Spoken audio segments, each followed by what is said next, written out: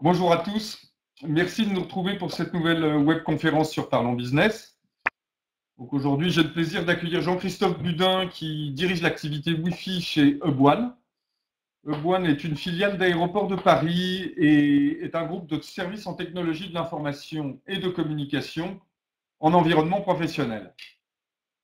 Donc, avec plus de 10 ans d'expérience dans la gestion de hotspots, Hub1 gère les réseaux Wi-Fi de nombreux espaces publics, des aéroports, des ports, des centres commerciaux, des magasins, des marchés et environnements privés, des bureaux, des entrepôts, etc.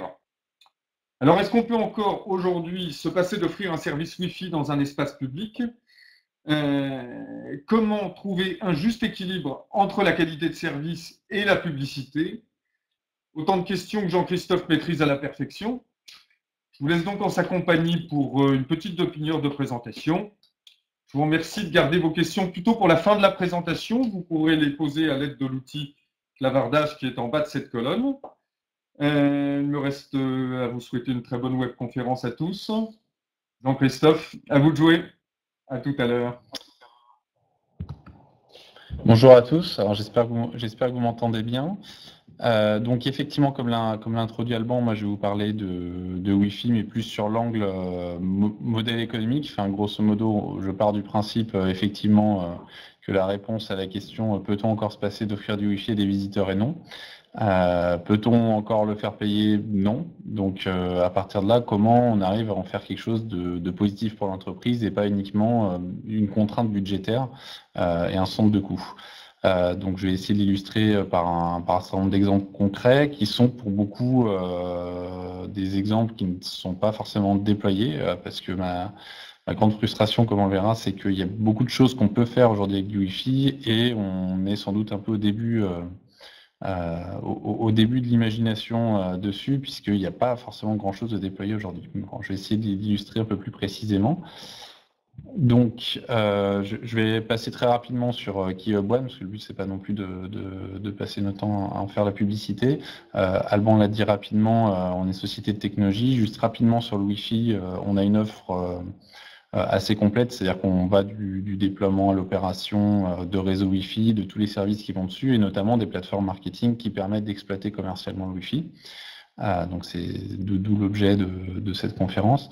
Et sur nos références, rapidement, on est le numéro 3 mondial sur les Wi-Fi aéroportuaires, le numéro 1 français sur les centres commerciaux. Donc on gère des espaces publics qui accueillent à peu près 400 millions de personnes par an. Pour vous donner une idée du volume de connexion qu'on traite, on en est à 20 millions d'utilisateurs uniques cette année. Et évidemment, c'est encore en très forte croissance. Donc, de manière générale, on a une offre qui se positionne sur tous les lieux publics, donc que ce soit des magasins, des marchés, des centres de sport, des salons de coiffure, des ports, des hôtels, des garages, enfin à peu près tout ce qu'on peut imaginer, en national et à l'international. Donc déjà pour commencer, la question, je réponds d'avance, c'est une question assez classique, c'est pourquoi on propose du Wi-Fi aujourd'hui alors qu'il y a la 4G. Avant même d'y répondre, de se dire est-ce qu'on fait bien d'en proposer, on va regarder si ça marche. Et en fait, nous, ce qu'on constate, c'est que malgré l'arrivée de la 4G, on a une demande de connexion qui est tellement importante, de tellement de devices différents et pas uniquement de smartphones, puisque tout ce qui n'est pas smartphone est quand même rarement 3G, 4G, et un peu contraint entre guillemets de se connecter au Wi-Fi. Et en fait, ce qu'on constate, c'est que les taux de pénétration et d'évolution continuent de croître à 2 ou 3 chiffres selon les sites. Et donc là, ce qu'on voit typiquement sur le slide qui est ici, c'est les taux de pénétration maximum qu'on a constaté sur des sites qu'on opère. Donc le taux de pénétration, c'est le nombre de devices différents qu'on voit par rapport au flux de visites. Et donc les sites, nous, on en voit le plus, c'est les aéroports. Alors, j'ai fait hors hôtel, parce que les hôtels, c'est encore plus.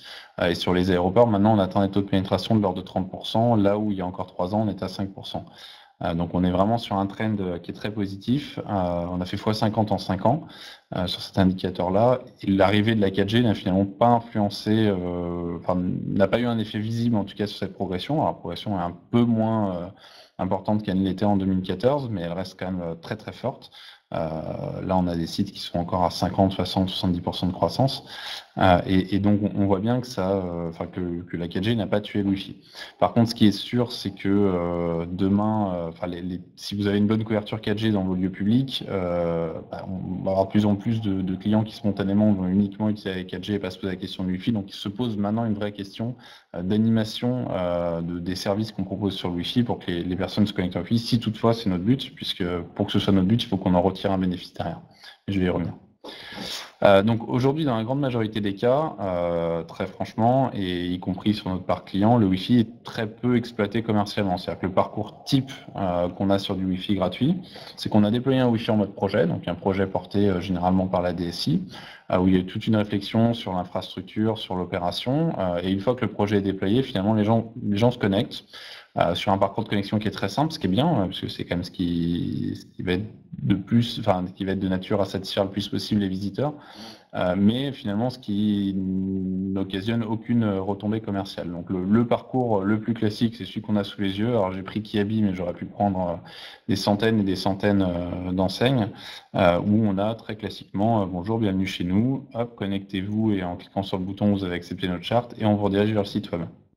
Donc on a en général uniquement comme opportunité de communiquer le site web de l'enseigne ou du site, qui est généralement très inadapté en fait à ce qu'on a envie de pousser au moment où la personne est sur le site, puisque c'est des sites qui sont généralement conçus pour de la consultation, soit en mobilité, soit à domicile, mais rarement dans le magasin, dans le parc, dans le casino, quel que soit l'endroit où on se trouve.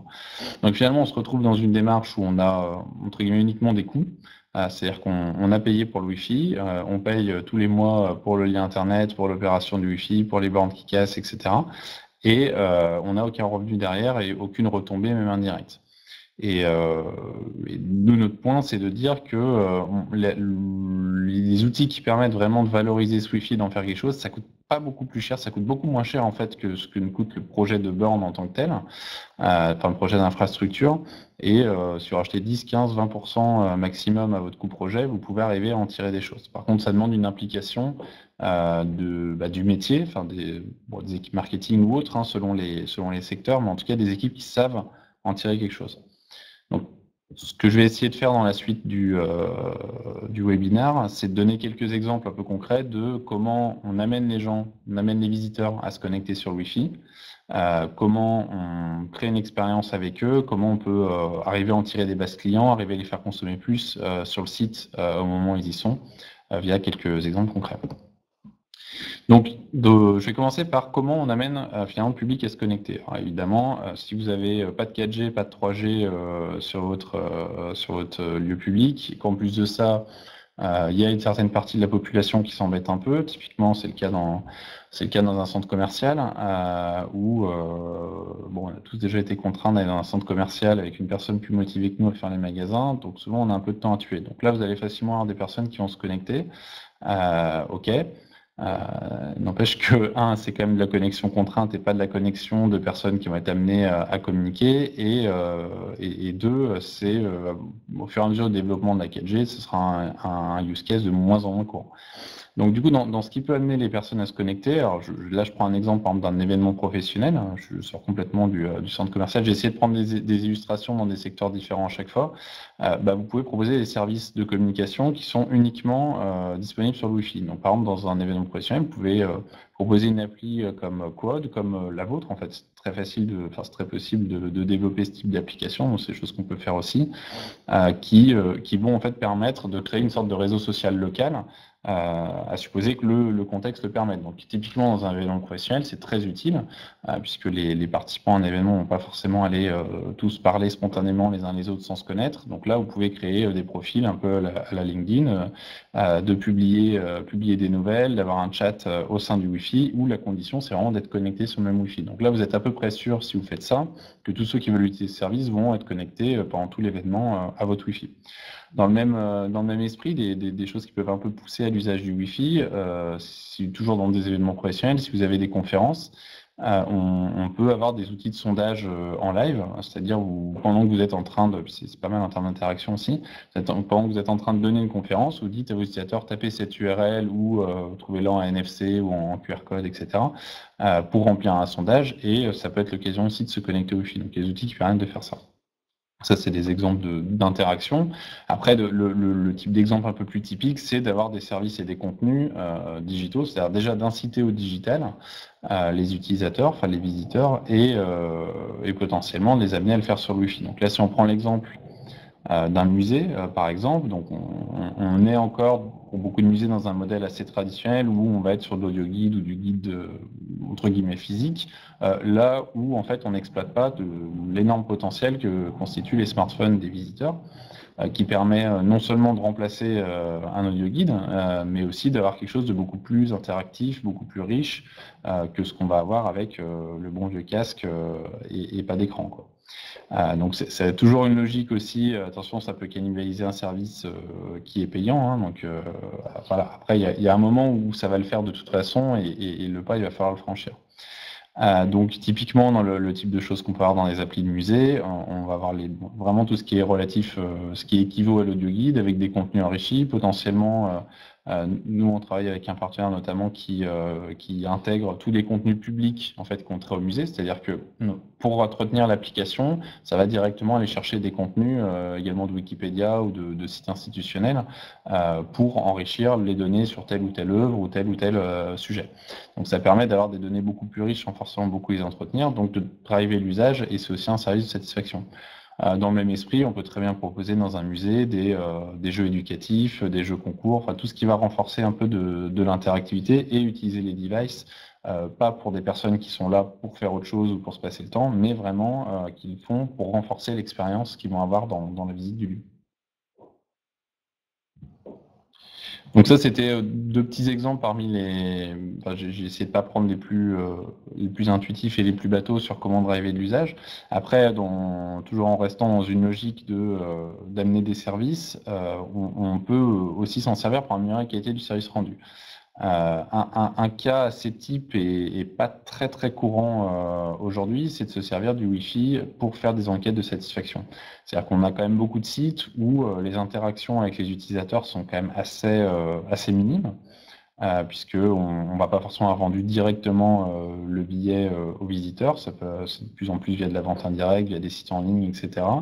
Et on n'a finalement aucun moment où on va avoir une interaction avec le visiteur. On n'a pas l'opportunité de lui pousser des études de satisfaction, enfin des petits questionnaires, juste ne serait-ce que pour avoir des remontées un peu live. Et c'est un peu l'esprit de certains dispositifs qu'on voit avec des bornes, un peu comme on voit par exemple dans les gares SNCF ou dans les aéroports, où êtes-vous satisfait? Oui, non, sinon, dites-nous pourquoi. Si je continue sur l'exemple de la SNCF, c'est sinon, dites-nous pourquoi, flashez le QR code, et ensuite, si vous êtes connecté, vous pourrez nous donner votre avis. Bon, on est sur des mécanismes où finalement, pour arriver à recueillir des feedbacks, on fait des choses un peu compliquées. Et ça, le Wi-Fi en fait permet aussi de recueillir des feedbacks, mais de façon potentiellement un peu plus simple. C'est-à-dire que l'utilisateur vient déjà à se connecter au Wi-Fi, et on peut très bien lui pousser, par exemple, un sondage sur la homepage de connexion. Alors, soit la première connexion, soit c'est relatif à quelqu'un qui s'est déjà connecté, soit on le reconnecte, par exemple, toutes les 30 minutes, c'est qu'il y a la deuxième connexion, puisqu'il faut quand même qu'il ait une expérience sur le site. Mais en tout cas, on peut très bien lui poser un certain nombre de questions ici. Donc là, je prenais l'exemple d'un parc d'attractions, enfin, ou un zoo, ce type de site, où on reste quand même, en général, une durée assez longue sur le site, et où en général, on a quand même très peu d'interaction il y a très peu d'interaction entre le visiteur et le gestionnaire du site. Donc là, on peut très bien, typiquement par le biais que j'ai évoqué, alors ce sondage, on a des outils qui permettent, comme par exemple, là j'évoque Cloud4We, qui est un partenaire qu'on déploie, qui permettent d'administrer soi-même le sondage. Donc c'est-à-dire que si on veut le faire évoluer, si on veut voir les résultats en détail, les champs libres, les remontées utilisateurs, communiquer, répondre à l'utilisateur le cas échéant, on peut le faire directement depuis l'outil. Donc ça, c'est des éléments qui sont intéressants. On peut aussi intégrer une petite toolbar pendant le surf. C'est ce qu'on appelle la Web Injection, où finalement, on va, en plus du site web qui est affiché, mettre une petite barre discrète qu'on montre bien être celle du parc d'attractions, qui peut être fermée, qui est fermée définitivement, pour pas être dans une logique intrusive, mais qui va permettre à l'utilisateur de donner son avis, s'il a envie, pendant le surf. Ça, c'est un deuxième moyen qui est également intéressant, qui est très peu intrusif, qui ne va pas complexifier l'expérience utilisateur et qui va permettre d'avoir un certain nombre de retours. Troisième exemple, toujours pour faire la même chose, on peut aussi, si on recueille l'email lors du parcours de connexion, donc soit on le recueille via une saisie, soit via un login social, enfin un login type Facebook par exemple, on peut très bien envoyer un questionnaire après la visite de l'utilisateur par email pour lui demander un avis sur sa visite et des retours. Donc c'est des modalités qui sont complémentaires et qui permettent d'avoir ces feedbacks-là. Alors après, si on passe dans des considérations un peu plus, on va dire avec des ROI un peu plus directs, comment on augmente ses ventes quand les visiteurs sont sur le lieu public. Donc là, le premier exemple qui est un peu le plus évident, c'est le couponing. C'est de pousser effectivement, par exemple sur le portail de connexion, de pousser des coupons avec des promotions. Donc là, imaginons, je visite un musée, un salon, n'importe quoi, quelque chose où il y a un café, un espace de restauration, où un certain nombre de personnes vont y aller spontanément, mais on pourrait toujours en avoir plus. Donc là, une des manières de pousser la vente, c'est d'aller faire du couponing via le portail de connexion. Et ce qui est intéressant là-dedans, c'est qu'on va à la fois mixer le côté promotion du coupon. On va avoir le côté déjà comment distribuer le coupon, parce qu'on n'a pas forcément la manière de le faire sinon. Et on va pouvoir en plus avoir des visuels qui donnent, on va dire, qui donnent faim ou qui donnent soif pour des espaces de restauration et qu'on n'a pas forcément l'opportunité d'avoir via du couponing traditionnel. Donc là, on arrive vraiment à mixer, on a un format qui est assez idéal en fait pour pousser à la consommation et qui va être facile à intégrer et gérer. Donc là, je prenais toujours l'exemple de notre solution, la solution Plot4We, on peut le faire directement dans la solution. C'est-à-dire on peut paramétrer son couponing avec la même finesse que dans des solutions de couponing classiques, dire voilà, je distribue jusqu'à 1000 coupons, on va jusqu'à telle date, etc., etc. C'est très simple à utiliser pour l'utilisateur et c'est facile à administrer au quotidien. Toujours dans la logique d'augmenter ses ventes, mais là plus dans une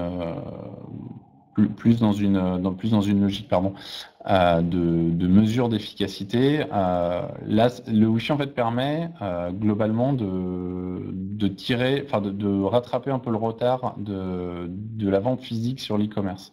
Je m'explique. Sur l'e-commerce, un des gros avantages qu'on a et des grosses frustrations du coup de la vente physique traditionnelle, c'est qu'on peut tout mesurer. On peut tout mesurer de bout en bout.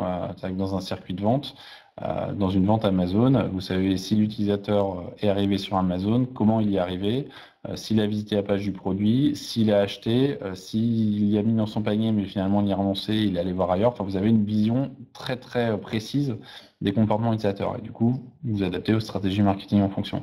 Ce qu'on n'a pas du tout dans du retail physique où à part le petit commerçant on va dire qui repère assez bien ce qui se passe, il n'y a pas forcément une communication entre tous les employés d'une enseigne pour aller faire la même chose.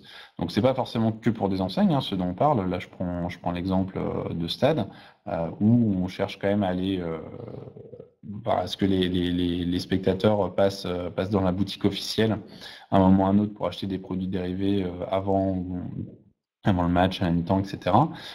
Finalement, comment on mesure cette efficacité-là? Et en fait, quand vous avez laissé le Wi-Fi activé sur votre smartphone, vous êtes traqué finalement de bout en bout, et donc vous allez en fait pouvoir être suivi par le système. Et ça permet de dire concrètement quoi? Ça permet de dire concrètement, j'ai X personnes qui sont passées dans la boutique. J'en ai Y qui sont rentrés et puisque si vous gérez la boutique en question, vous pouvez voir combien de personnes ont acheté. Donc c'est-à-dire vous allez voir combien de personnes vous perdez à chaque fois. Combien de personnes sont également rentrées dans la boutique et sont sorties tout de suite. Et tout ça, ça permet de mesurer finalement toute l'efficacité d'un bout à l'autre de la chaîne. C'est-à-dire de se dire combien j'ai de personnes qui sont... quelle est l'efficacité de ma boutique? C'est-à-dire si je change demain ma vitrine et les promos ou les choses que je vais mettre de façon visible de l'extérieur, qu'est-ce que ça va impliquer concrètement en fréquentation? Est-ce que finalement j'ai 10% de moins qui sont rentrés dans la boutique, mais est-ce que c'est lié au fait que j'avais 10% de moins de personnes qui passent devant? Est-ce que l'emplacement de la boutique est bon? Ça permet de se poser, surtout de répondre à toutes ces questions-là et d'avoir les bonnes stratégies pour optimiser ses ventes. Ensuite, dans la prolongation, pour donner des exemples de vente de donner des exemples de développement des ventes, mais qui vont se faire plutôt après la visite sur le lieu public. Un truc qui est assez évident et qui peut être exploité, c'est que vous pouvez créer une base client. C'est-à-dire que si vous êtes dans des problématiques de visite unique ou même de visite récurrente sur lequel finalement à aucun moment vous avez une identification de votre client et vous ne savez pas comment communiquer auprès de lui, si ce n'est en passant par des techniques un peu classiques et manuelles d'obtention de base client, le Wi-Fi peut aider. C'est-à-dire concrètement, quand vous mettez même un très très bête formulaire, juste l'adresse mail à compléter et que vous mettez une case j'accepte de recevoir des offres commerciales, alors, selon les sites, vous allez avoir entre 20 et 30% des gens qui vont accepter. Donc c'est-à-dire qu'entre 20 et 30% des personnes qui vont se connecter au Wi-Fi vont être une base exploitable une fois qu'ils seront sortis de votre lieu public. Donc ça, c'est quand même assez intéressant. Et ce qu'on constate aussi, c'est qu'en général, c'est fait sans incentive. C'est-à-dire que concrètement, vous allez uniquement leur proposer de recevoir des offres commerciales, mais rien mettre en retour. Si vous mettez une incentive qui est liée à des services qui sont apportés ou liée à ne serait-ce qu'un meilleur débit ou une acceptation, ou une reconnexion automatique si vous êtes dans des sites un peu récurrents, comme là par exemple l'exemple d'un casino où vous pouvez venir potentiellement assez régulièrement sans être encarté, sans être connu du lieu public, ça va permettre concrètement d'avoir un meilleur taux d'adhésion. Les personnes savent que quand elles reviendront, elles seront connectées automatiquement au Wi-Fi, c'est un confort de connexion. Et là, on peut aller, selon l'initiative, à 40 ou 50%. Donc vous allez pouvoir créer une base client qui est importante. Et cette base, finalement, qu'est-ce que vous allez en faire ? On peut avoir des cas assez concrets où on croise le fait d'avoir la base, les infos que j'ai récupérées sur les clients lors de la connexion au Wi-Fi et les infos de localisation que j'ai sur les clients, de contextualité grâce au Wi-Fi pour promouvoir finalement la bonne campagne à la bonne personne et au bon moment. Là, je prends l'exemple d'un concert. On sort d'un concert, on est encore un peu dans l'euphorie du concert, on est assez prompt à acheter une place pour un autre concert. Une fois qu'on est sorti sur le chemin du retour. Là, si on a collecté un email ou un SMS, un numéro de téléphone, avec un opt-in pendant ce concert-là, ou qu'on l'a collecté pendant un événement précédent, ça peut être un très bon moment pour pousser le SMS au moment où on est sorti du concert. Mieux que ça, on peut très bien paramétrer des campagnes qui vont prendre en compte évidemment le concert qu'on vient de voir. Donc ça, on fait une campagne par concert en fonction des groupes et la tranche d'âge. Donc là, je prends un exemple un peu théorique. Je suis pas c'est pas mon boulot d'arriver à trouver quels sont les bons critères de campagne.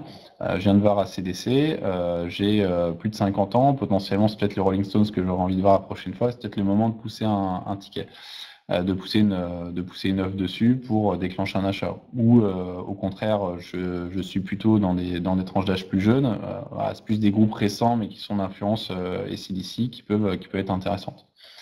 Donc ça c'est un cas parmi d'autres. En tout cas, on peut très bien techniquement et via des outils très simples à administrer, comme ceux que j'évoquais tout à l'heure, on peut très bien paramétrer ce type de campagne, dire ok, c'est 30 minutes après que la personne ait quitté le stade ou le lieu de l'événement, la salle de concert, et on va lui pousser telle promotion s'il a tel critère. Et ça se paramètre en quelques clics. Et après, on en mesure évidemment l'efficacité sur le même outil.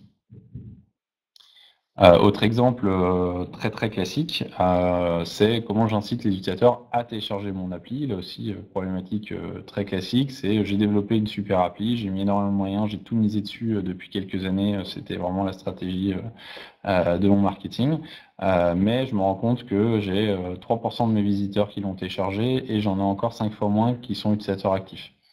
Déjà, première chose, c'est qu'on peut mesurer aussi via le Wi-Fi l'usage réel de l'appli. C'est-à-dire que si vous ne savez pas le dire, c'est des choses où, avec un peu d'analyse de trafic web sur le Wi-Fi public, on est capable de dire si les personnes utilisent. Et puis surtout, on peut s'en servir pour inciter les utilisateurs à télécharger l'app. Alors, il faut qu'ils y voient un intérêt, c'est toujours la même problématique. On est tous, en tant qu'utilisateurs, confronté à énormément de sollicitations et on cherche plutôt à les réduire. Donc, de toute façon, si l'appli n'apporte rien à l'utilisateur, il ne la téléchargera pas. ou du moins il l'utilisera pas. Mais en tout cas, c'est une bonne opportunité de le promouvoir quand on est sur le site. Donc là, ça peut être soit, par exemple, c'est toujours les mêmes modalités, hein, soit pendant le portail, la page de connexion, pour avoir une très belle mise en avant, c'est une très bonne occasion de le faire, ou vous pouvez avoir la petite toolbar que j'évoquais tout à l'heure, qui peut permettre à donner des retours de satisfaction. On peut aussi s'en servir pour télécharger une app. Donc en conclusion, parce que j'arrive à peu près à la fin du timing qui m'était imparti, en fait, le Wi-Fi, donc c'est un must-have, hein, je reviens à ce que je disais au début, pour à peu près tout lieu qui accueille du public, c'est quand même très difficile de ne pas proposer de Wi-Fi, et même de ne pas en proposer un bon, et qui marche partout, sur tous les lieux où peuvent se retrouver les utilisateurs, que ce soit dans les zones, que ce soit à l'entrée, dans les toilettes, ou vraiment sur le lieu en lui-même. On est dans des environnements où le niveau d'exigence devient vraiment très très très fort et où finalement les investissements et les coopérations ont plutôt tendance à augmenter de fait de cette inflation d'exigence également. Et donc ça c'est une contrainte finalement avec laquelle on doit vivre. C'est a priori pas prêt de s'arrêter. Enfin, c'est dur à dire de quoi. C'est dur de dire de quoi sera fait l'avenir dans 7 ou 8 ans, mais en tout cas, à horizon 2-3 ans, par rapport à la tendance qu'il y a sur l'usage du Wi-Fi, on voit mal comment ça peut s'inverser. Donc, on doit en faire quelque chose et il existe quand même une palette d'outils qui est importante. Par contre, c'est pas un acteur tiers qui va vous apporter un business model. C'est vraiment au marketing d'être impliqué, pas en marketing ou n'importe quelle entité business capable de le faire, d'être impliqué très en amont dans l'élaboration des campagnes, des retours qu'on peut en faire pour arriver à en tirer des bénéfices. Et je m'arrêterai là-dessus. Quel timing, Jean-Christophe, 14h57. C'est un timing excellent. Donc, il est temps de passer aux questions-réponses. Donc, si vous avez des questions par rapport à la présentation de Jean-Christophe, surtout n'hésitez pas à les poser à l'aide de l'outil chat en bas de cette colonne. Sachez de toute façon que vous recevrez par email le support de présentation ainsi que les coordonnées de la société Hub1 si vous voulez leur poser, bien entendu, une question plus spécifique sur un de vos besoins. Nous avons une question de Lionel Gros qui nous demande si vous avez des retours d'expérience, Jean-Christophe, sur des marchés publics, notamment dans les collectivités qui cherchent à offrir du Wi-Fi public.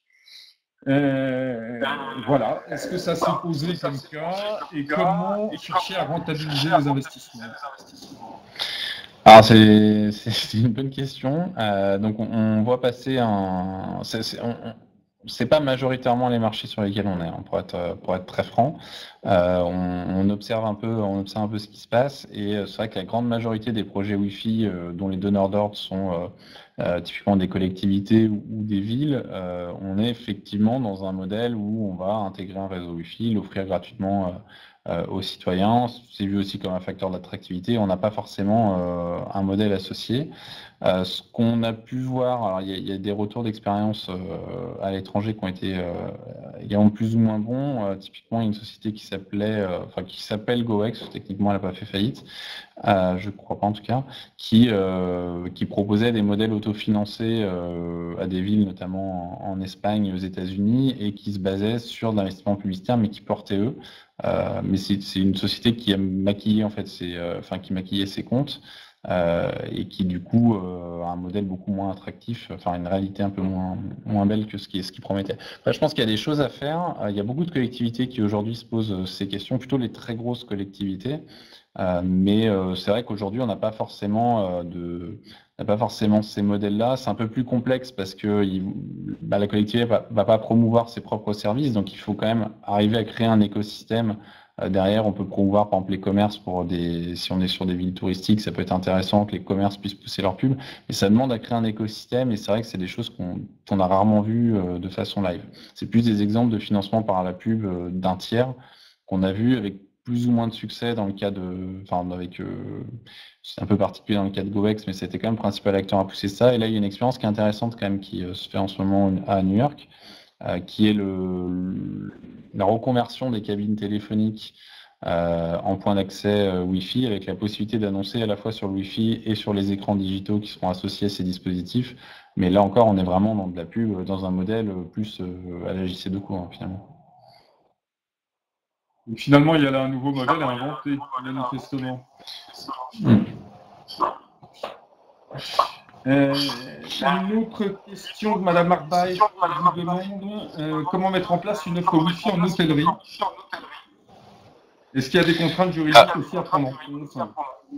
Alors oui, il y a des contraintes juridiques, je ne l'ai pas évoqué, mais quel que soit le lieu sur lequel on fournit un accès Internet à du public, en fait, toute la législation liée à toute la législation du fournisseur d'accès Internet s'applique, et notamment les lois antiterroristes de 2006, je crois. Donc vous devez, il y a deux contraintes. C'est-à-dire qu'il y a la contrainte entre guillemets sécuritaire où il faut conserver pendant 1 an tout ce que les personnes font sur Internet et être prêt à répondre à des réquisitions le cas échéant. Donc ça c'est la première, ça c'est la contrainte d'un point de vue entre guillemets flicage. Et de l'autre côté, effectivement, vis-à-vis de la CNIL et notamment pour tous les usages que j'ai évoqués là, tout ça, ça demande des déclarations préalables au sein de la CNIL, auprès de la CNIL sur les déclarations, sur le fait de stocker une base client, sur la manière dont elle va être traitée, sur le fait de l'anonymiser, la supprimer au bout d'un certain temps, et notamment, effectivement, il faut être conforme également à tout le cadre réglementaire sur les désinscriptions des campagnes email, SMS, etc. Mais après, ça, c'est des législations qui sont similaires à tout le reste des législations sur le marketing digital, en fait. Et pour répondre à la première partie de la question, comment mettre en place une offre Wi-Fi en hôtellerie, j'ai volontairement pas évoqué l'hôtellerie dessus parce que on va dire, l'offre de service va être quand même un peu spécifique, mais effectivement tout ce que j'ai évoqué peut s'appliquer. Après, c'est vraiment à mettre aussi en relation avec son offre, par exemple, de VOD, de service à la chambre. Enfin, c'est très très propice effectivement à en faire quelque chose d'intéressant. Ok, écoutez, j'ai l'impression que votre présentation ayant été parfaitement claire, il n'y a plus d'autres questions. Donc, je vous propose que nous bouclions là.